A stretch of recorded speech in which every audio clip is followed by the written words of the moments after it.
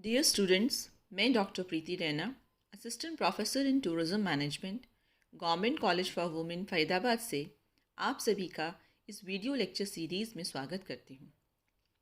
आज का हमारा टॉपिक है health and safety in hospitality, और ये जो है हमारा सेफ्टी एंड सिक्योरिटी मैनेजमेंट का जो पेपर है PTTM का, उसके अंतर्गत आता है। इसके अंदर जो हम टॉपिक्स कवर किए हैं हमने वो हैं 7 steps to health and safety, hazard identification and risk control, identify workplace hazards and find ways to eliminate or control them. Next है common hazards in the hospitality industry and how to reduce the risk associated with these hazards. Then roles and responsibilities, safety inspections, record and statistics. उसके साथ ही हमने कुछ references भी दिए हैं जो आपको फर्दर स्टडीज़ के लिए काम आएंगे, और साथ ही अपनी नॉलेज चेक के लिए हमने लास्ट में इंक्लूड किया है मल्टीपल चॉइस क्वेश्चन। तो चलिए हम शुरू करते हैं। सबसे पहले अगर हम बात करें तो जो भी कोई आपकी ऑर्गेनाइजेशन है, चाहे आपका छोटा बिजनेस है या आपका बड़ा बिजनेस है, सभी के लिए जो है सेफ्टी प्रोग्राम्स होने ज़रूरी हैं। तो हेल्थ और सेफ्टी प्रोग्राम जो है होते हैं वो बेसिकली उसके अंतर्गत जो है वर्क प्लेस के अंदर जो हमारे एम्प्लॉयज़ हैं उनकी हेल्थ और सेफ्टी को मैनेज करने के लिए जो है प्रोग्राम्स कराए जाते हैं, जिनको जो है बेसिकली ये मानना है कि आपका जो प्रोग्राम है वो डिपेंड करता है कि आपका बिज़नेस कैसा है, और दूसरा ये इस बात पर भी डिपेंड करता है कि जो आपकी वर्क प्लेस है वहाँ पर किस टाइप के हैज़र्ड्स या दुर्घटनाएं जो हैं हो सकती हैं, उनको ध्यान में रखते हुए जो है वो बनाया जाता है। तो जनरली जो छोटे बिजनेसेस होते हैं वो अपना हेल्थ एंड सेफ्टी पॉलिसीज़ जो हैं वो डिस्क्राइब करते हैं कुछ पेजेस के अंदर, और अगर बड़े बिजनेसेस हैं तो उनको डिटेल में ज़्यादा वो करते हैं। तो बेसिकली ये जो प्रोग्राम्स हैं वो आपकी वर्क प्लेस के अकॉर्डिंगली यूनिक होते हैं। कहने का मतलब है कि आपका काम कैसा है उसके अकॉर्डिंगली वो डिपेंड करता है। तो एक बार जब हम अपने हेल्थ और सेफ्टी प्रोग्राम्स को बना लेते हैं तो उनको हर साल जो है हमें रिव्यू कर लेना चाहिए और रिवाइज़ कर लेना चाहिए, क्योंकि अगर हमें लगता है कि कुछ चेंजेस हुए हैं, हमारे एम्प्लॉयज़ चेंज हुए हैं, या हमें लगता है कि हमने नई इक्विपमेंट्स या मशीनरी लाए हैं, तो उसके अकॉर्डिंगली जो है हमारे लिए इनको जो है हर 1 साल के बाद में या हर 3 साल के बाद में जो है वो रिव्यू कर लेना चाहिए। क्योंकि जो है अगर सिचुएशंस चेंज होती हैं तो जो है वो वर्कर की सेफ्टी पर भी इफ़ेक्ट डालता है। तो हमने जैसे कहा कि अगर हमने नए इक्विपमेंट्स लाए हैं तो आवश्यकता होगी कि हम अपने एम्प्लॉयज़ को उसके अकॉर्डिंगली ट्रेन करें और उनको नए सेफ्टी प्रोसीजर्स बनाकर दें। तो जो हमारे 7 स्टेप्स हैं हेल्थ और सेफ्टी के अंदर, जो वो हैं जो हमारे को मदद करते हैं हमारे वर्क प्लेस की सेफ्टी के अंदर, वो कौन कौन से हैं। पहला है control hazards and develop a safety plan, जिसके अंदर आता है कि एज ए एम्प्लॉयर जो है आपको आइडेंटिफाई करना चाहिए कि आपका जो वर्क प्लेस है वहाँ पर कौन से हैज़र्ड्स हो सकते हैं, और साथ ही कौन से स्टेप्स लिए जा सकते हैं उनको कम करने के लिए, ये भी आपको ध्यान में रखना ज़रूरी है। तो उसके लिए आप जो है एक सेफ्टी प्लान बनाना होता है उसके लिए जो है एम्प्लॉयर को, और अपने वर्कर्स को बताना होता है कि वो ये एक्सपेक्ट करते हैं कि जो सेफ्टी प्लान उन्होंने बनाया है वो उसको पूरी तरह से फॉलो करेंगे। और इस बात का भी ध्यान रखना होता है कि जो हमारे वर्कर्स हैं वो आसानी से फर्स्ट एड किट जो है उसको अगर ज़रूरत पड़े तो वो प्राप्त कर सकते हैं। इसी तरह से हमारा सेकंड पॉइंट है इंस्पेक्ट योर वर्क प्लेस। तो बेसिकली कि हमें रेगुलरली जो है एज ए एम्प्लॉयर जो है अपने सारे इक्विपमेंट्स जो हैं, अपने सारे टूल्स जो हैं वो देखने चाहिए, और उनको जो है और देखना चाहिए कि भाई वो मेंटेन्ड है या नहीं है। साथ ही जो हमारा स्टोरेज एरिया जो है उसका भी हमें ध्यान रख लेना चाहिए, क्योंकि अगर आप देखोगे तो आपको पता चलेगा कि हो सकता है कोई मशीनरी जो है उसमें ख़राबी चल रही है, और ख़राबी इस तरह की हो सकती है कि जैसे कि सपोज़ करो वो शॉक जो है इलेक्ट्रिसिटी की अगर आप उसको टच करते हो तो बीच बीच में शॉक देती है। तो उस चीज़ को अगर आप चेकअप कर लोगे, चेकअप करते वक्त आपको पता चल जाएगी, तो आप उसमें सुधार कर सकते हो इससे पहले कि कोई दुर्घटना घटे। तो पॉइंट नंबर 3 है ट्रेन योर वर्कर्स। तो इस कहने का मतलब है कि आपको जो है अपने वर्कर्स को जो है ट्रेनिंग देने की आवश्यकता होती है, उन्हें बताना होता है कि जो है उनका क्या काम है और उस पर्टिकुलर काम को जो है किस तरह से किया जाना है। और साथ ही जो है उनको रिटन में इंस्ट्रक्शन दी जाए और कि जो भी सेफ्टी वर्क प्रोसीजर्स हैं उनके बारे में रिटन इंस्ट्रक्शंस भी दी जाएं और जगह जगह पर लगाई भी जाएं, जिसको वो बार बार ध्यान रखें। अपने वर्कर्स को जो है ये निश्चित करें कि भाई वो ट्रेनिंग प्रोग्राम्स को अटेंड करें और उन चीज़ों को लर्न करें। पॉइंट नंबर 4 है talk regularly with your workers. तो आप अपनी कंपनी में जो है, ऑर्गेनाइजेशन में जो है, एक ऐसा कल्चर बनाएं जिससे कि आपके यहाँ पर ओपन कम्युनिकेशन हो, यानी कि जो आपका वर्कर है वो भी बेझिझक होकर, अगर उसको कोई समस्या आ रही है तो वो या हेल्थ से रिलेटेड उसकी कोई प्रॉब्लम है तो वो जाके वो है अपने एम्प्लॉयर से उसके बारे में बात कर सकता है। और इसलिए उनको एनकरेज करें कि अगर उनके कोई आइडियाज़ हैं या उनके कोई विचार हैं, वो आके आपको बताते हैं कि हाँ, वर्क सेफ्टी के लिए कुछ ये बदलाव किए जा सकते हैं, अगर उनकी तरफ से सजेशन आता है तो उनको भी ध्यान देना ज़रूरी है। पॉइंट नंबर 5 है इन्वेस्टिगेट इंसिडेंट्स। उसमें अगर कोई इंसिडेंट होता है, कोई घटना घटती है जो कि कई बार बहुत डेंजरस भी हो सकती है, जिसमें किसी को बहुत ज़्यादा चोट लग गई या किसी की मृत्यु हो गई, उन चीज़ों को जो है उसके बारे में पता करना चाहिए कि क्या रीज़न रहा होगा। तो आपको उससे क्या होगा, हमें ये पता चल जाएगा कि भाई कोई इक्विपमेंट का प्रॉब्लम था, कोई मशीनरी का प्रॉब्लम था, कुछ ऐसी चीज़ें होंगी तो उनकी जानकारी जो है वो हमें मिल सकती है। नेक्स्ट है मेंटेन रिकॉर्ड्स। तो साथ ही जो आपके रिकॉर्ड्स हैं इस बात की कि आपकी फ़र्स्ट एड ट्रीटमेंट जो है किस तरह से दी गई, आपने इंस्पेक्शन किया तो हर आपका जो भी डिपार्टमेंट्स थे वहाँ पर आपने क्या पाया, कोई इंसिडेंट हुआ है उसकी इन्वेस्टिगेशन आपने किस तरह से की, ट्रेनिंग के अंदर जो एक्टिविटीज़ हैं वो, तो ये सारी चीज़ें जो हैं रिकॉर्ड की फॉर्म में भी आप इसको रखें, क्योंकि ये इन्फॉर्मेशन जो है आपको मदद करती है कि आप देख सकते हो कि अगर कोई घटना आपको लगा बार बार हो रही है, आपके रिकॉर्ड से दिख रही है, तो आपको पता चल जाएगा कि घटना इस एरिया में हो रही है, बार बार हो रही है, तो इसका मतलब यहाँ इस एरिया को जांच करने की आवश्यकता है, कुछ बदलाव करने की आवश्यकता होती है, तो वो रिकॉर्ड्स होने चाहिए। पॉइंट नंबर 7, मेक सेफ्टी ए की part of your business. Safety जो है वो ये नहीं होना चाहिए कि ठीक है काम होना ज़रूरी है, सेफ्टी गई बाद में, तो वो नहीं होना चाहिए। सो ये बहुत इम्पॉर्टेंट है कि एक सक्सेसफुल बिजनेस के लिए जो है आप जो है इस बात का ध्यान दें, आपके जो कस्टमर हैं या जो आपके एम्प्लॉयज़ हैं उनकी सेफ्टी का कमिटमेंट, अगर आपकी ये कमिटमेंट होनी चाहिए कि हर हेल्थ और सेफ्टी जो है वो आपके बिज़नेस के लिए सबसे ज़्यादा इम्पॉर्टेंट है, इस बात का भी आपको ध्यान रखना जो है वो ज़रूरी होता है बेसिकली। तो इसके बाद अब हम देखते हैं hazard identification and risk control. तो बेसिकली क्या है कि आपको आइडेंटिफाई करना है रिस्क, जो हमारा हैज़र्ड है अगर हम उसको आइडेंटिफाई करना चाहें तो उसको हम रिस्क मैट्रिक्स की मदद से आइडेंटिफाई कर सकते हैं। तो रिस्क मैट्रिक्स जो है वो बेसिकली ये निश्चित करता है कि क्या चांसेस हैं किसी भी जो है हैज़र्ड के होने के, और जो है अगर वो होता है तो उससे क्या बेसिकली इम्पेक्ट होता है। कहने का मतलब ये है कि कई बार क्या होते हैं, आप ये देख सकते हो कि भाई किस टाइप का रिस्क है, मतलब रिस्क बहुत ज़्यादा है और इसका इम्पेक्ट भी बहुत ज़्यादा पड़ेगा, तो अगर एक्सट्रीम कंडीशन है तो हमें सबसे ज़्यादा ध्यान देने की ज़रूरत होगी। इस टाइप से जो है आपकी उस पर्टिकुलर ऑर्गेनाइजेशन के अंदर किस टाइप के रिस्क हो सकते हैं उसको हम मैट्रिक्स फॉर्म में जो है स्टडी जो है कर सकते हैं। जैसे कि आप फिगर में देखेंगे, हमने एक तरफ लिया है लाइक्लीहुड, मतलब क्या चांसेस हैं उस चीज़ के होने के, और दूसरी तरफ हमने लिया है एक्स एक्सिस पर इम्पैक्ट, चांसेस के साथ साथ इम्पैक्ट क्या हो सकते हैं।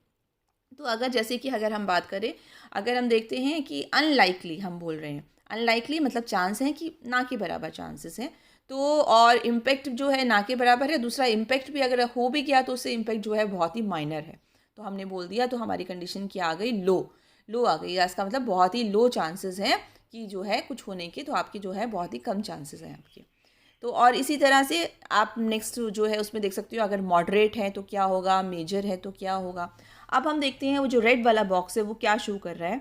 अगर हम देखें तो वेरी लाइकली कंडीशन, लाइकलीहुड की कंडीशन है वेरी लाइकली, और जो है आपका नीचे की तरफ एक्स एक्सिस पर चले जाएं तो इम्पैक्ट है मेजर। वेरी लाइकली यानी कि बहुत ज़्यादा चांसेस हैं इम्पैक्ट के होने के लिए, जो है वो होने के लिए, और बहुत ज़्यादा इम्पैक्ट भी होगा। इसका मतलब इस मैट्रिक्स में अगर हम देखें तो वो रेड जो है वो ये इंडिकेट कर रहा है हमारा कि जो है जो हाई रिस्क इश्यूज़ हैं उनको जो है जिनकी लाइक्लीहुड ज़्यादा है या जिनका इम्पेक्ट ज़्यादा है, उनको इमीडिएटली अटेंड करने की ज़रूरत है, उन पर इमीडिएटली ध्यान देने की जो है वो ज़रूरत है। इसके साथ ही जो आपका नेक्स्ट स्टेप आता है फिर ये आता है कि आपको जो है डेवलप करें और साथ साथ जो हैज़र्ड के जो कंट्रोल्स किए जाने हैं उनको भी हमें इम्प्लीमेंट जो है वो करना ज़रूरी है हमारे लिए।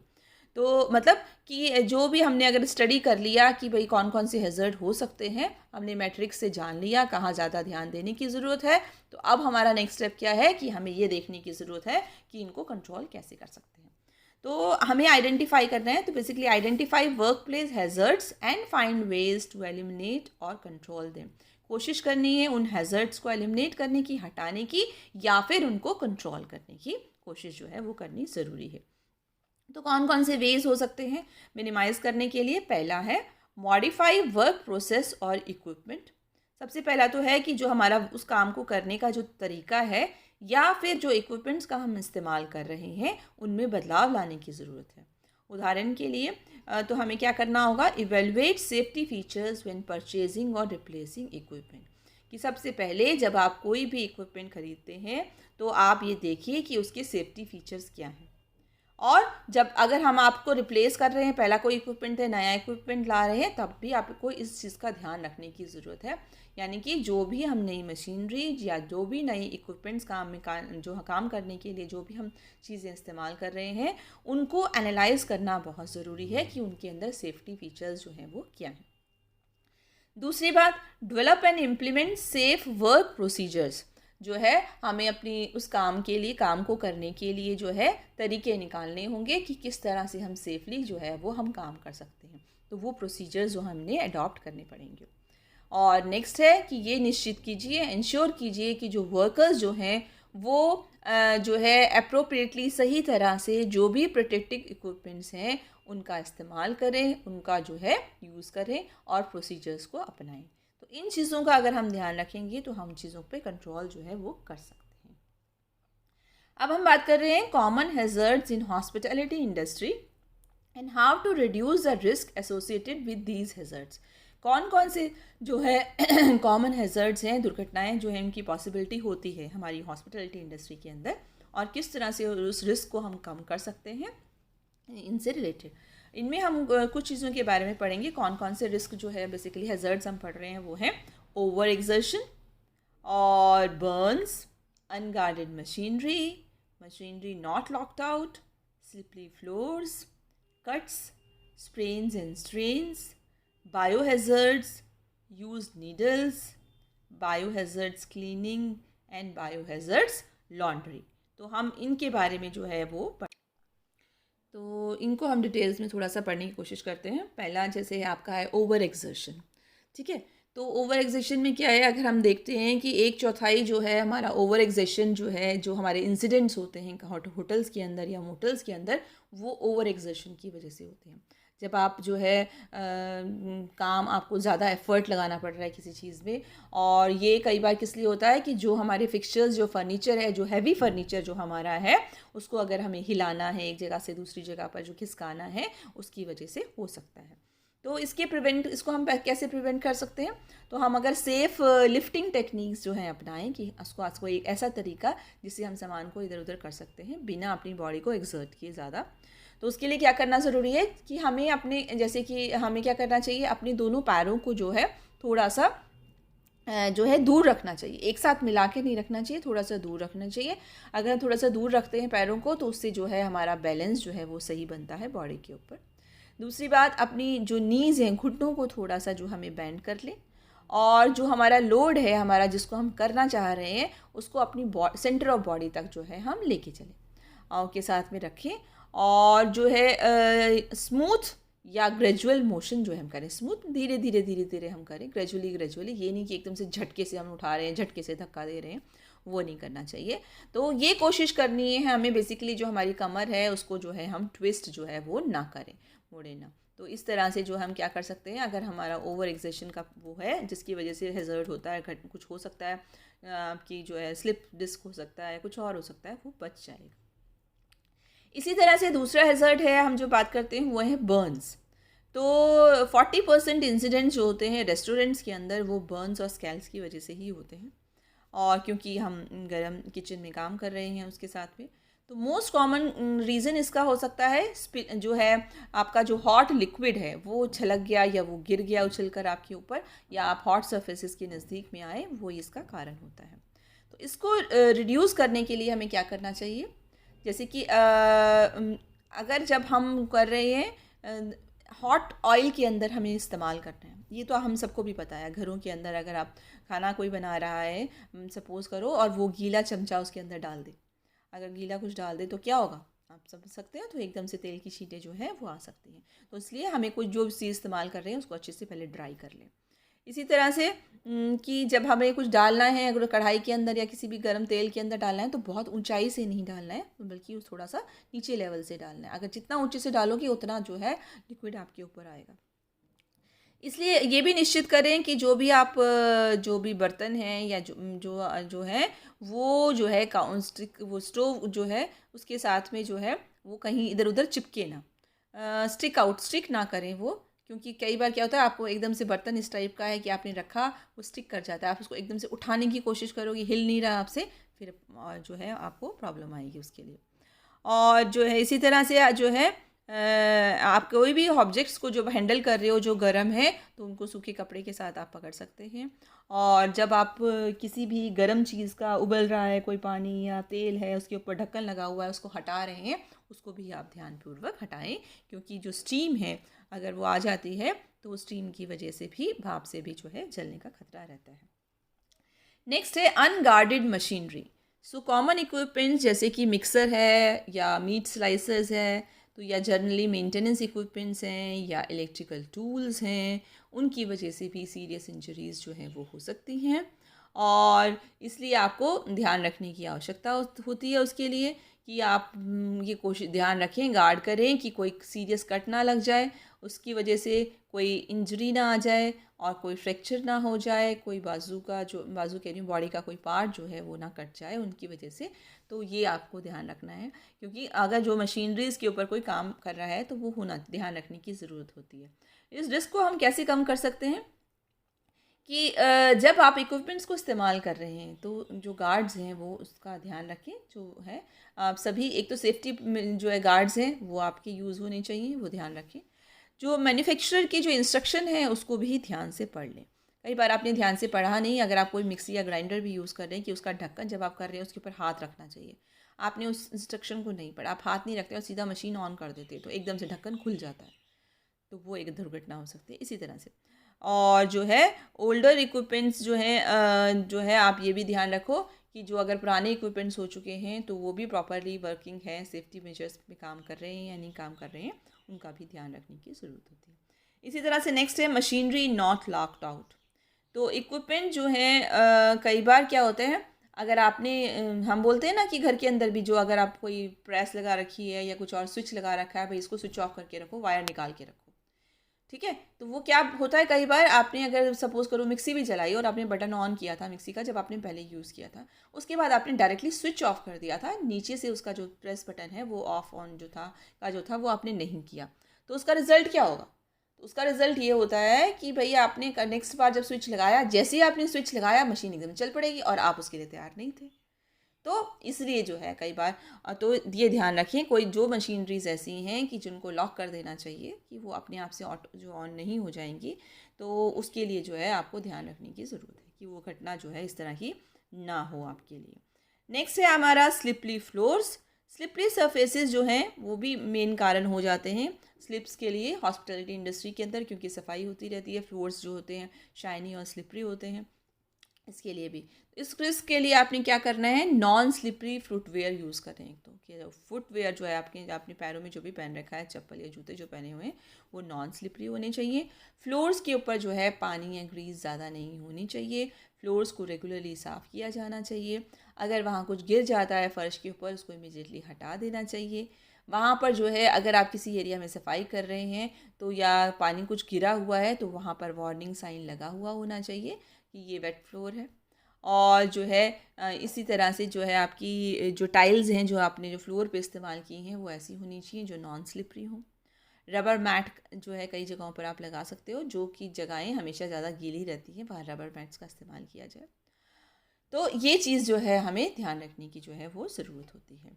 इसके अलावा आपका हो सकता है जो है होता है हैज़र्ड कौन सा है, कट्स।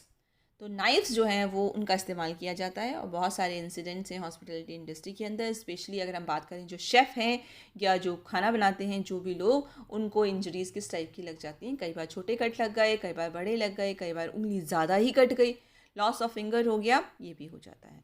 तो इसकी प्रिवेंशन के लिए क्या करना है कि आपको जब आप कोई काटने का काम कर रहे हो तो फ्लैट सरफेस यूज़ करो या फिर कटिंग बोर्ड का इस्तेमाल करो, पहली बात।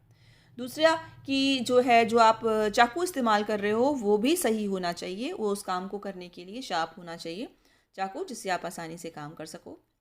नाइफ़ को जो है वो अपने हाथ से टाइटली जो है पकड़ के रखें और जो अपनी फिंगर्स हैं उनको मोड़ के रखें प्रॉपरली, जो है जो भी आपने ऑब्जेक्ट यूज़ करना है तो आपकी अपनी उंगलियों का ध्यान रखना है।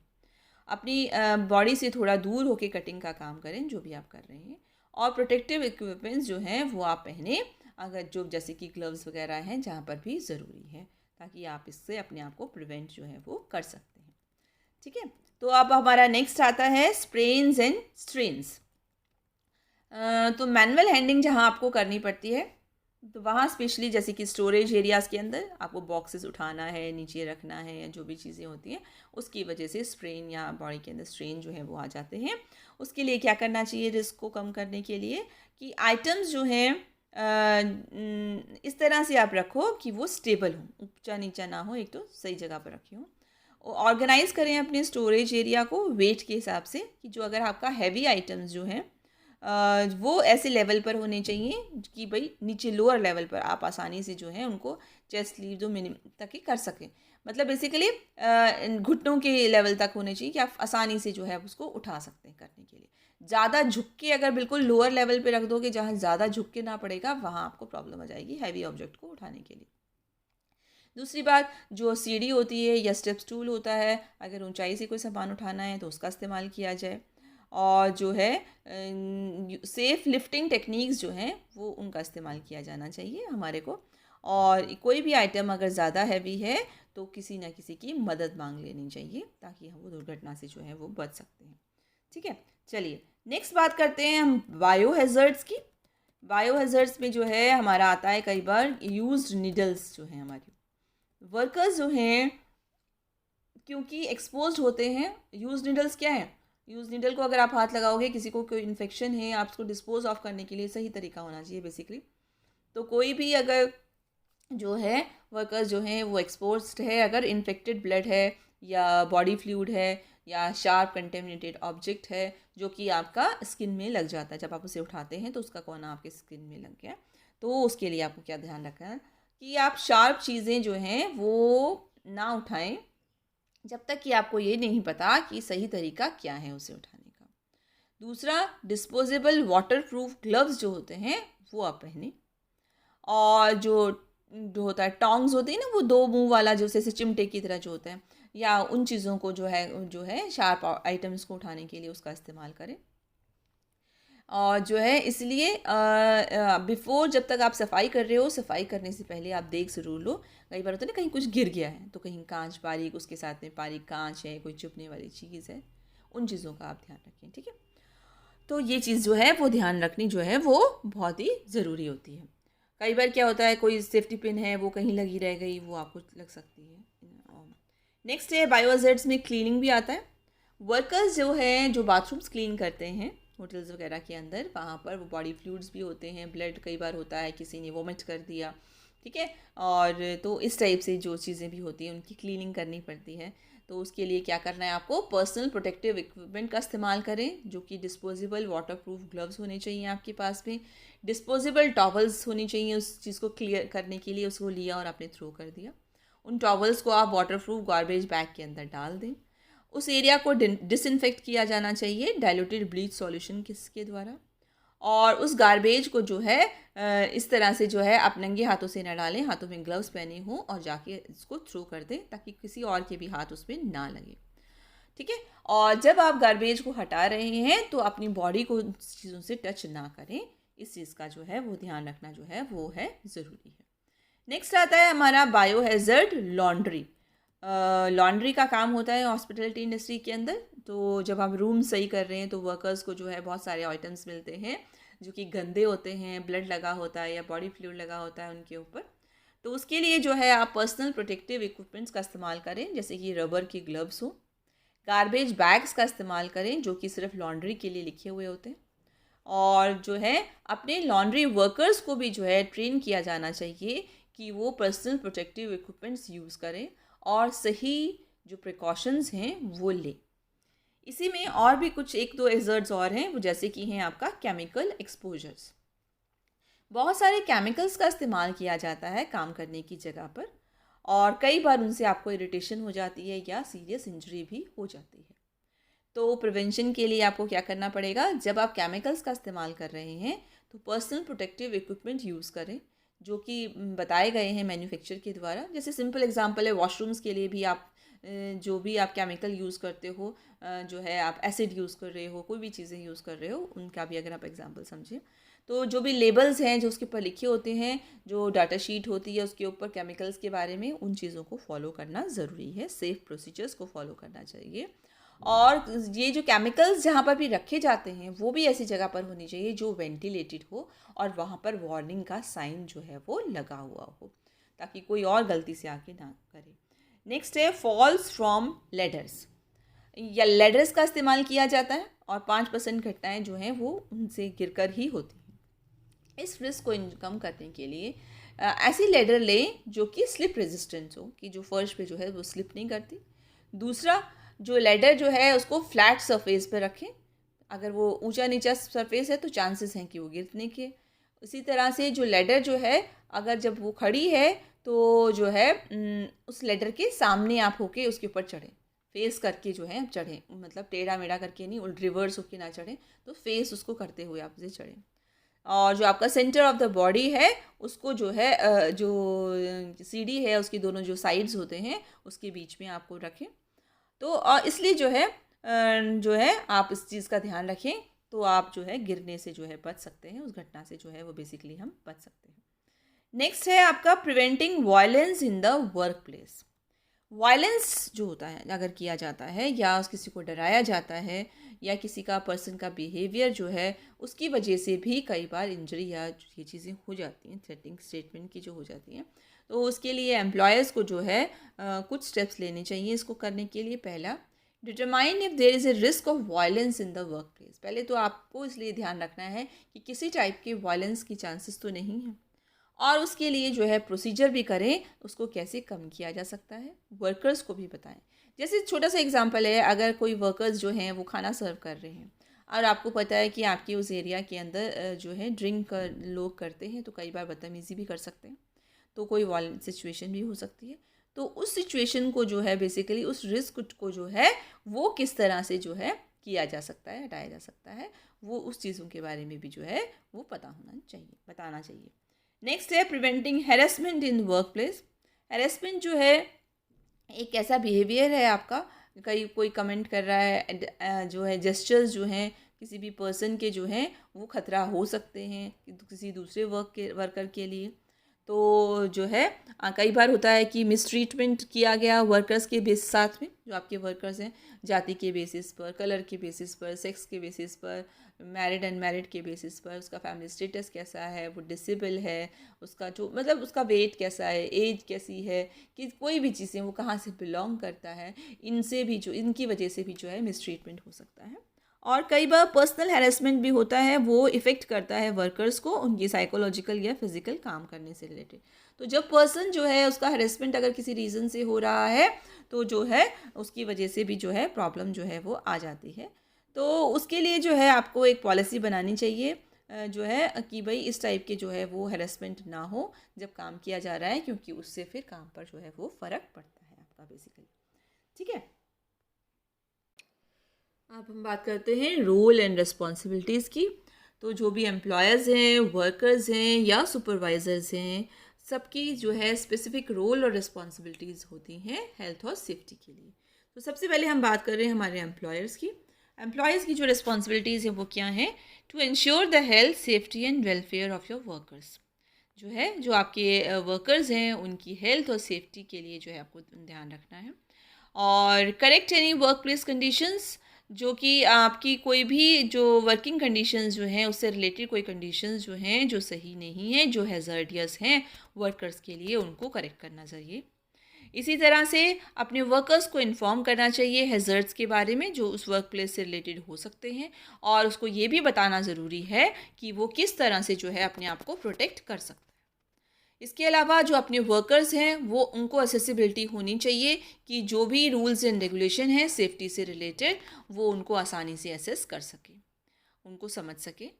नेक्स्ट है कि वो ये एम्प्लॉयर को जो है उसकी रिस्पॉन्सिबिलिटी है कि वो ये निश्चित करे कि जो वर्कर्स हैं उनको लीगल अपने राइट्स के बारे में पता होना चाहिए, उनकी अपनी रिस्पॉन्सिबिलिटीज़ के बारे में जानकारी होनी चाहिए, और वो जो है हेल्थ और सेफ्टी की जो भी रिक्वायरमेंट है वर्क प्लेस की उसको भी जो है वो पूरी तरह से माने। इसके अलावा occupational health and safety program जो हैं वो एस्टेब्लिश किए जाने चाहिए। साथ ही जो है प्रोटेक्टिव डिवाइसेस को मेंटेन करके रखना चाहिए। इक्विपमेंट्स और जो क्लोथिंग जो है वर्कर्स के लिए ज़रूरी है प्रोटेक्शन के लिए, वो उनको प्रोवाइड की जानी चाहिए। और जो है आपका कि ये इंश्योर करें कि जो वर्कर्स जो हैं वो एजुकेशन रिसीव करें, यानी कि जो भी उनको आगे की नॉलेज दी जानी चाहिए वो उनको मिले, इक्विपमेंट से रिलेटेड, क्लोथिंग से रिलेटेड, और उनको पता होना चाहिए कि कैसे उनको इस्तेमाल करना है बेसिकली। और साथ ही जो है कंसल्ट करें और कोऑपरेट करें जो occupational health and safety committee जो है उसके साथ में जो है वो किया जाना चाहिए। और जो भी आपका ये है ऑक्यूपेशनल हेल्थ एंड सेफ्टी की जो डिवीज़न है उसके साथ भी जो है वो कोऑपरेट किया जाना चाहिए, जो है वो ज़रूरी है। और जो है आगे नेक्स्ट आते हैं हमारे सुपरवाइज़र्स। तो जो है हमारे सुपरवाइज़र्स क्या कहते हैं, ये इंश्योर करें कि हेल्थ और सेफ्टी जो है वर्कर्स की जो है वो डायरेक्ट सुपरविज़न के अंदर है, उनकी डायरेक्ट डायरेक्शन के अंदर है उनकी। साथ ही जो भी लेजिस्लेटिव जो हैं लॉज जो हैं वर्क प्लेस के रिलेटेड जो भी रिक्वायरमेंट्स हैं जो उसके रिलेटेड जो सुपरविज़न के रिलेट पर अप्लाई होती हैं उनको भी जो है वो फॉलो किया जाना चाहिए। ये भी निश्चित किया जाना चाहिए कि जो वर्कर्स जो हैं वो आपके डायरेक्ट सुपरविज़न में हो और उनको आप पूरे हैज़र्ड्स के बारे में जानकारी दो उस वर्क से रिलेटेड, और उसके बाद वर्क प्लेस से रिलेटेड जो भी रूल्स हैं या जो लॉज जो हैं वो जो है एम्प्लॉयर्स की जो ज़रूरत के लिए हैं वो पता होने चाहिए।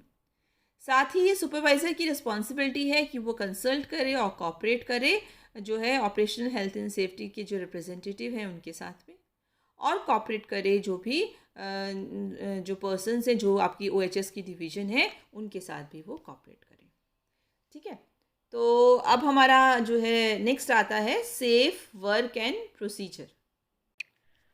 सेफ़ वर्क प्रोसीजर्स के अंदर जो है safe work procedures basically directions होती हैं कि किस तरह से जो वर्क को जो है वो किया जाना चाहिए सेफ़ तरीके से, ध्यान से, दुर्घटना से हम बचते हुए सावधानी पूर्वक जो है किसी काम को कैसे कर सकते हैं, जो इन्फॉर्मेशन है हैज़र्ड से रिलेटेड, और जो है क्या किया जाना चाहिए, किस चीज़ को एलिमिनेट करना चाहिए, किस तरह से रिस्क को मिनिमाइज़ करना चाहिए, ये सारा प्रोसीजर जो है वो बनाया जाता है और वर्कर्स की जो है सेफ्टी के लिए जो है ये किया जाता है। फॉर उदाहरण के लिए आपको जो है डेवलप करना पड़ेगा प्रोसीजर कि किस तरह से जो आप कैश जो है उसको कैसे हैंडल कर सकते हैं, अगर जो आपका हॉट ऑयल जो बचा हुआ है उसको डिस्पोज ऑफ करना है वो कैसे कर सकते हैं। तो आपकी प्रोसीजर के अंदर जो है इंफॉर्मेशन दी होनी चाहिए कि किस तरह से हर स्टेप को जो है सेफ्टी के जो हर स्टेप को प्रोसीजर को जो है वो कैसे अपनाना चाहिए। तो इसमें पहला आता है कि ये डिटरमाइन करें कि ओवरऑल टास्क जो है उसके बारे में कि जो पूरा काम है वो क्या है। दूसरा, जो पूरे टास्क को जो है उसके बेसिक स्टेप्स में डिवाइड कर दें, स्टेप बाय स्टेप कि पहले ये होना है, दूसरे नंबर पे ये होना है, इस टाइप से। उसके अलावा आइडेंटिफाई करें हैज़र्ड्स को, और उसके अंदर जो हैज़र्ड्स हो सकते हैं उनको कंट्रोल करने की क्या मेथड्स हैं, रिस्क के जो है कोई भी रिस्क है उसको कैसे कंट्रोल कर सकते हैं, ये भी उसमें होना चाहिए प्रोसीजर के अंदर। और साथ ही साथ जो सेफ़ वर्क प्रोसीजर जो है वो रिटन फॉर्म में जो है वो अवेलेबल होना जो है वो ज़रूरी होता है। Education, training and supervision. तो अब जो है बेसिकली वर्क प्रोसीजर तो आपका डिसाइडेड हो गया। उसके अलावा ये इंश्योर किया जाए कि जो वर्कर्स जो हैं उनको जो है हेल्थ और सेफ्टी से रिलेटेड जो भी गाइडलाइंस हैं, जो भी एजुकेट किया जाना है वो ज़रूरी है उसके लिए। और जो है उनको ट्रेन किस तरह से करना है वो होना चाहिए, क्लियर होना चाहिए। और उसके occupational health and safety program जो हैं वो डिस्क्राइब करते हैं कि उसके अंदर ये मेंशन होता है कि टाइप ऑफ एजुकेशन कैसी दी जाए, उनको ट्रेनिंग दी जाए, जिससे कि जो वर्कर्स को जो है और जो है ट्रेनिंग कब दी जानी है, ये सारी चीज़ें मेंशन होती हैं। फॉर एग्ज़ाम्पल वर्कर्स जो है उनको वो इंस्ट्रक्शंस रिसीव करते हैं सेफ़ वर्क प्रोसीजर्स से रिलेटेड, जब वो अगर उन्हें हैज़ार्डियस टास्क जो है वो परफॉर्म करनी होती है। तो वर्कर्स को जो है इमरजेंसी रिस्पांस प्रोसीजर्स के बारे में भी ट्रेनिंग जो है वो दी जानी होती है। उसमें आता है आपका orientations and other education. Orientation बहुत इंपॉर्टेंट होते हैं, वर्क रिलेटेड इंसिडेंट से जो है वो हमें बचाते हैं दुर्घटना से, क्योंकि उसमें एक मौका मिलता है कि जो एम्प्लॉयर है वो हेल्थ और सेफ्टी गाइडलाइंस को जानता है इससे पहले कि वो अपना नया काम शुरू करता है। तो ओरिएंटेशन हमें पता है, कोई भी अगर हम जॉब पे जाते हैं तो पहले उस जगह पूरी जॉब से रिलेटेड जो है ओरिएंटेशन के अंदर हमें पूरी नॉलेज दी जाती है कंप्लीट। तो हेल्थ एंड सेफ्टी एजुकेशन जो है ये एक ऐसा प्रोसेस है जो कि ऑनगोइंग प्रोसेस है, समय समय पर दिया जाता है। इंस्ट्रक्शन प्रोवाइड की जाती हैं वर्कर्स को व्हेनेवर जो है कोई भी जब चेंजेस आते हैं वर्क प्लेस के अंदर, जैसे कि अगर नया वर्क प्रोसेस हुआ या नया इक्विपमेंट आया तो ये जो है ट्रेनिंग प्रोवाइड की जाती है। इसके अंदर जो है क्या क्या चीज़ें होती हैं, जैसे कि ओरिएंटेशन के अंदर होना चाहिए कि वर्कर्स को जो है एक्सप्लेन किया जाए कि जो है कोई वर्कर अगर उसको ट्रेनिंग नहीं मिली है उस पर्टिकुलर काम की तो वो उस टास्क को परफॉर्म ना करे। अगर उस चीज़ के लिए वो ट्रेन नहीं है तो वो उसे परफॉर्म ना करे। दूसरी बात कि वर्कर को जो है एनकरेज किया जाना चाहिए कि वो जब भी उसको लगता है वर्कर को कि किसी काम के बारे में वो सर्टेन नहीं है तो वो उसके ऊपर जो है सवाल जो है वो पूछ सकता है। ये नहीं कि अपनी मर्ज़ी से काम कर लिया और दुर्घटना हो गई, राइट, मुझे पता नहीं था, ये नहीं होना चाहिए। बल्कि क्या है, आप उससे पहले ही उसको पूछ लीजिए। इसके अलावा जो है वर्कर को जो है आपको मिलवाना चाहिए कि जो भी रिप्रेजेंटेटिव हैं या जो भी मेंबर्स हैं जो है आपकी ऑपरेशनल हेल्थ जो कमेटी जो है उससे जो है उनको मिलवा देना जो है वो चाहिए। नेक्स्ट आता है हमारा ट्रेनिंग। ट्रेनिंग जो है यानी कि जो सभी जो वर्कर्स हैं उनको आवश्यकता होती है कि जो सभी वर्कर्स जो हैं वो सुपरवाइज्ड होने चाहिए, उनको कोई देख रहा है, ध्यान रख रहा है। उनको हैंड्स ऑन ट्रेनिंग, वो काम उस करके देखें उस काम को किस तरह से किया जाना है उस टास्क को, इससे पहले कि वो अपना नया काम शुरू करते हैं। सो प्रॉपरली जो ट्रेन्ड वर्कर्स जो होते हैं जो है उनका जो उससे पॉजिटिव इम्पेक्ट आता है प्रोडक्टिविटी के ऊपर। तो क्या, क्यों? क्योंकि अगर ट्रेनिंग मिली हुई है तो उनको उस काम की जानकारी है तो वो आसानी से उस काम को सही रूप से जो है वो कर पाते हैं। तो जो स्टेप्स जो हैं वो जो डिस्क्राइब करते हैं हमारी इसको, वो कौन कौन से हैं। पहला क्या है हमारा, प्रिपेयर द वर्कर। सबसे पहले हमें वर्कर को प्रिपेयर करना है। वो कैसे करना है कि उसको जॉब के बारे में पूरा एक्सप्लेनेशन देना है डिटेल के अंदर, जिसके अंदर सारे हैज़र्ड्स की इंफॉर्मेशन भी देनी है और जो सेफ्टी प्रिकॉशंस हो सकते हैं वो भी देने हैं, और पर्सनल प्रोटेक्टिव इक्विपमेंट जो की आवश्यकता जो होती है उनके बारे में भी उनको जानकारी देनी है। दूसरी बात, वर्कर्स को एनकरेज करना है कि समय पर अगर उन्हें कोई चीज़ समझ नहीं आती तो वो क्या करते हैं, क्वेश्चंस जो हैं वो पूछ सकते हैं। ठीक है, तो उसके अलावा जो है आपका है कि नेक्स्ट आता है आपका ट्रेन द वर्कर। तो जो है उसको स्पेसिफ़िक जो प्रोसीजर अगर हमने किसी चीज़ के लिए बनाया है, कोई पर्टिकुलर प्रोसीजर है काम करने का, तो वो उसे करके दिखाया जाए, डेमोंस्ट्रेट किया जाए, और ये भी किया जाए कि किस तरह से सेफ्टी प्रिकॉशंस को ध्यान में रखते हुए उसे करना है, काम को करना है। इसके अलावा जो भी प्रोसीजर्स हैं उनको जो है नॉर्मल स्पीड से जो है वो जाना जाए और फिर स्लो स्पीड पर किया जाए अगर वर्कर जो है कोई क्वेश्चंस पूछ रहा है तो। नॉर्मल उसने वर्कर ने कुछ पूछा तो फिर उसको आराम से दोबारा से कम स्पीड पे धीरे धीरे उसको जो है वो समझाने की ज़रूरत होती है जब हम ट्रेन कर रहे हैं वर्कर को बेसिकली। ठीक है, उसके अलावा वर्क परफॉर्म जो है प्रोसीजर होना चाहिए जब तक कि जो है वो एग्जैक्टली जो है सही से उस काम को कर नहीं लेता है, तो आपको प्रोसीजर उसको बताते रहना है। अगर कोई क्वेश्चन वो पूछ रहा है तो वो आपको सिर्फ जवाब देना है, कोई मेन की इम्पॉर्टेंट पॉइंट्स हैं उनको रिपीट करना है ताकि वर्कर किसी भी पॉइंट को जो है वो मिस ना कर जाए। इसके अलावा जो ट्रेनिंग के रिकॉर्ड्स हैं वो संभाल के रखने हैं। वो डॉक्यूमेंट्स कि किसने उसको ट्रेनिंग दी थी, कब उसको ट्रेनिंग दी गई थी, ठीक है, और ट्रेनिंग के अंदर क्या क्या सिखाया गया था और किसने ट्रेन किया है, ये सभी जानकारी रिकॉर्ड्स के अंदर मेंटेन जो है वो की जानी चाहिए। इसके अलावा थर्ड स्टेप है, तो हमने ट्रेनिंग में पहले क्या प्रिपेयर किया वर्कर को, फिर ट्रेन किया वर्कर को, और फिर थर्ड स्टेप आता है check the progress and observe the worker on the job. ये नहीं कि आपने ट्रेन कर दिया तो आपका काम खत्म हो गया, नहीं, अब आप उसकी प्रोग्रेस देखो, उसको काम करते हुए भी देखो कि वो सही तरह से काम कर रहा है या नहीं।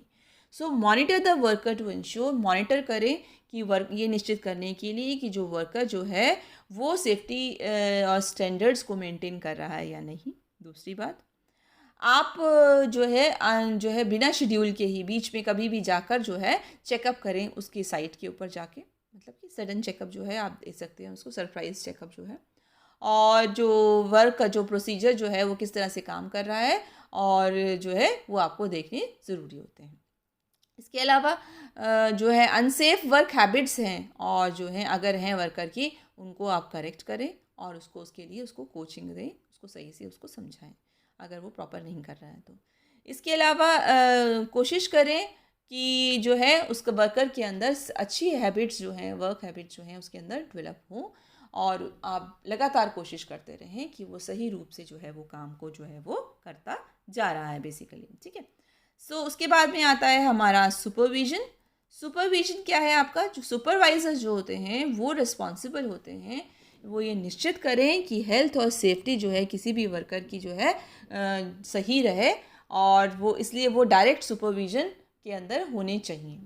और ट्रेन सुपरवाइज़र को आप कैसे करोगे, क्योंकि आपने किसी को सुपरवाइज़र अगर बनाया जो चेक करेगा, तो यानी कि वो सुपरवाइज़र भी जो है वो क्या होना चाहिए, वो ट्रेंड होना चाहिए, ताकि वो अपनी रिस्पॉन्सिबिलिटीज़ को पूरी तरह से पूरा कर सकता है। और उसके लिए क्या होगा, उसको एक्सप्लेन करें हैज़र्ड्स के बारे में, जॉब के बारे में, इंस्ट्रक्ट कर पाए वो वर्कर्स को सेफ वर्क प्रोसीजर्स के बारे में, इंश्योर करें कि जो वर्कर्स जो हैं उनको ट्रेन दी गई है उस टास्क के रिलेटेड जो उनको दिया गया है, जिसमें कि उनको सेफ्टी प्रिकॉशंस या वर्क प्रिकॉशंस जो प्रोसीजर्स हैं उसकी पूरी जानकारी दी गई है, ठीक है। इंश्योर किया जाए कि जो सेफ्टी इक्विपमेंट्स हैं या पर्सनल प्रोटेक्टिव इक्विपमेंट्स जो हैं वो सही कंडीशन के अंदर हैं और सही रूप से काम कर रहे हैं। ये नहीं कि भाई आपने एक फायर रेजिस्टेंट सूट डाल लिया पर जबकि जो है वो जो है इफ़ेक्टिव नहीं है, वो ख़राब हो चुका है, वो जो भी है, इस तरह से आपको ध्यान रखना है। इसी तरह से ये इंश्योर करें कि जो भी मटेरियल हैंडल किया जा रहा है उसको सही तरह से किया जाए, उसको स्टोर सही तरह से किया जाए, उसको जो भी डिस्पोज ऑफ होना है बायोहज़ार्ड जैसे, वो सही तरह से हो। नेक्स्ट, जो हेल्थ और सेफ्टी रिक्वायरमेंट्स हैं उनको इन्फोर्स करें, लागू करवाएं, और जो भी अनसेफ एक्ट्स जो हैं या जो कंडीशंस हो सकती हैं जो आप ऑब्ज़र्व करते हो, वर्कर्स जो जिस तरह से काम कर रहे हैं, तो उनको ध्यान दिलाना है और उनको करेक्ट भी करना है। इसके अलावा कंटिन्यूसली जो है वर्कर की जो परफॉर्मेंस जो है उसको मॉनिटर किया जाए, वो सही चल रहा है, उसकी हेल्थ सही चल रही है, उसको भी मॉनिटर करना ज़रूरी है। इसके अलावा एक अच्छा उदाहरण स्थापित किया जाए, जब आप वर्क प्रोसीजर्स दे रहे हैं उससे रिलेटेड उस काम से एक अच्छा उदाहरण करें कि आपने सही इक्विपमेंट्स की जानकारी दी है, सही प्रोसीजर्स की जानकारी दी है, तो जो है ये जो है बहुत ही ज़रूरी है, सुपरविजन के अंतर्गत जो आता है। इसके बाद हम करते हैं बात सेफ्टी इंस्पेक्शंस की, कि भाई जो है आपने सुपरविजन भी किया, उसको बताया भी, बट अब हमारा समय समय पर इंस्पेक्शन होना भी जो है वो ज़रूरी है।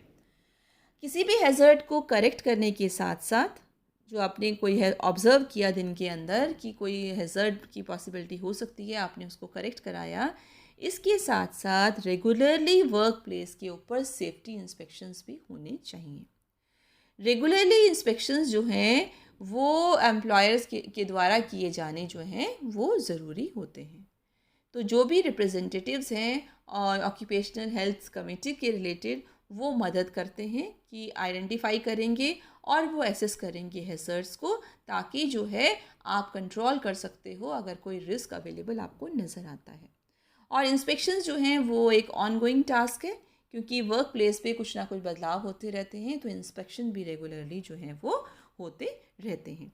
तो ये इस चीज़ के लिए जो है ये निश्चित होना चाहिए इंस्पेक्शन कब किया जाएगा, कौन इस इंस्पेक्शन को करेगा, ठीक है, किस तरह से आपको इंस्पेक्शन करवाओगे, चेकलिस्ट कैसे बनाओगे, किन बातों को इंस्पेक्शन के दौरान आप ध्यान रखोगे कि भाई कैसे कैसे आप देख रहे हो, आपको सारी चीज़ें देखनी है। अब हमने देखा फ्लोर स्लिपरी तो नहीं है, मशीनरी काम कर रही है, ग्लव्स को यूज़ किया जा रहा है या नहीं, लिफ्टिंग प्रोसीजर्स जो हैं वो सही हैं या नहीं, यही सब चीज़ें हमने पढ़ी थी ना।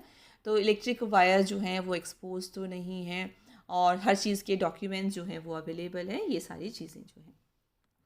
अब हम बात करते हैं रिकॉर्ड एंड स्टेटिस्टिक्स की। तो जो हमने कहा था कि भाई जो भी अगर हम चीज़ें कर रहे हैं, जो भी इंस्पेक्शंस करते हैं या जो भी चीज़ें जो हैं हम बताते हैं, तो उनके लिए क्या ज़रूरी है, हमारे को रिकॉर्ड भी जो है वो मेंटेन करने की जो है आवश्यकता होती है। तो एम्प्लॉयर्स के लिए जो है रिक्वायर्ड होते हैं कि वो हेल्थ और सेफ्टी के जो रिकॉर्ड या स्टेटिस्टिक्स हैं उनको जो है फाइल करके जो है वो रखें।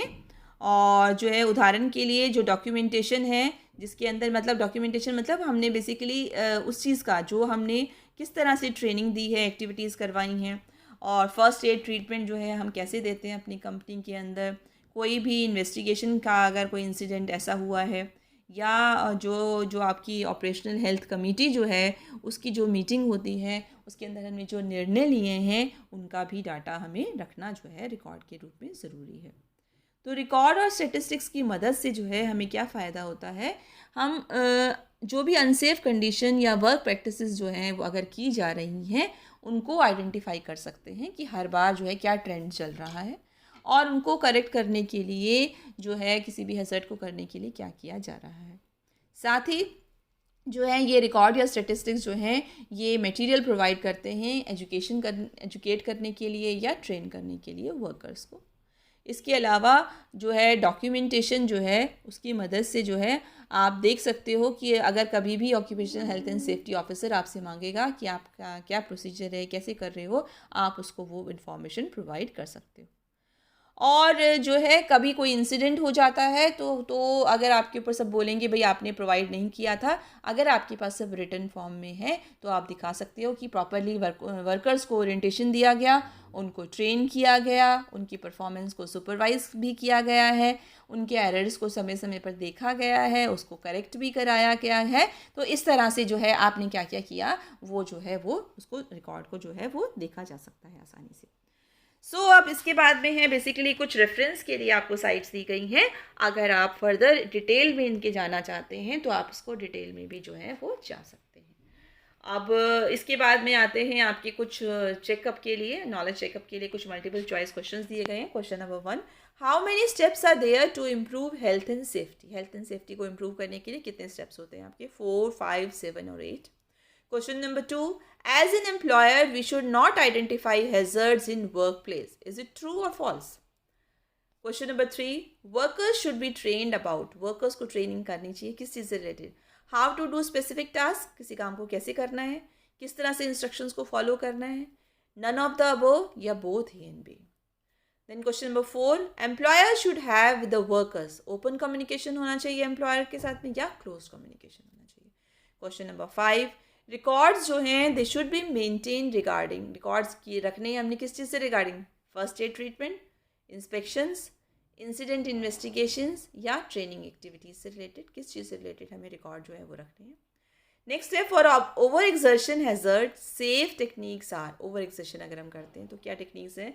बेंड योर नीज या place feet apart from good balance, avoid twisting of the back या all of the above.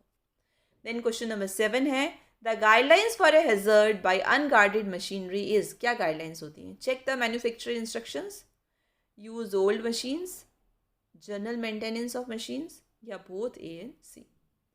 Then question number 8, we can reduce risk of injury from slippery floor. Slippery floor पे हम risk कैसे कम कर सकते हैं? The cleaning the spills immediately, rubber mats का इस्तेमाल करें, फ्लोर को रेगुलरली क्लीन करें या all of the above. Then question number 9, which statement is not true for prevention from cuts? करने नहीं, कौन सी स्टेटमेंट सही नहीं है? Wear protective equipment such as gloves, use the right knife for the work and do not use a flat surface or cutting board. कौन सी statement सही नहीं है? Then question number 10, to avoid biohazard from cleaning bathrooms, use disposable towels, क्या करना चाहिए, disposable towels to clean the material and hold the garbage against your body during handling. क्या option जो है वो सही होगा, ठीक है। तो इसके साथ साथ ये टॉपिक आपका कंप्लीट होता है। आई होप अब आपको बिल्कुल क्लियर है कि जो है हॉस्पिटैलिटी इंडस्ट्री के अंदर सेफ्टी जो मेजर्स जो हैं वो क्या क्या होते हैं बेसिकली। तो कौन कौन सी चीज़ों को हम कैसे कैसे करते हैं, वर्कर्स को ट्रेन किया जाना ज़रूरी है, वर्कर्स का ओरिएंटेशन होना चाहिए, वर्क प्लेस से रिलेटेड हेल्थ एंड सेफ्टी के लिए प्रॉपर प्रोसीजर तैयार होना चाहिए। आपको ये चेक करना चाहिए आपके यहाँ पर कौन कौन सा काम है, उस टास्क को डिवाइड कर दीजिए, उस टास्क में जो है क्या क्या रिस्क हो सकते हैं उनको जज कीजिए। रिस्क को देखिए, कौन सा रिस्क को प्रायोरिटाइज किया जाता है, किस टाइप का रिस्क हो सकता है, उसका ज़्यादा रिस्क है, ज़्यादा आपको जो है उससे इम्पेक्ट ज़्यादा हो रहा है तो उसको प्रायोरिटी मिलनी चाहिए। उस रिस्क को हैंडल कैसे किया जा सकता है, कैसे उसको एलिमिनेट कर सकते हो, कैसे कंट्रोल कर सकते हो उसको, ठीक है। एम्प्लॉयर का रोल क्या है उसके अंदर, जो हमारे वर्कर्स हैं उनका रोल क्या है, हमारे सुपरवाइजर्स हैं उनका रोल क्या है, ये भी बिल्कुल क्लियर होना चाहिए। उसके बाद जो है हम क्या चीज़ें वर्कर्स को प्रोवाइड कर रहे हैं, किस तरह से कर रहे हैं, उसका रिकॉर्ड और जो है वो भी मेंटेन्ड होना जो है वो बहुत ही ज़रूरी है। सो आई होप जो है एवरीवन जो है has come to know about the whole topic. I wish that for you happy learning and keep learning.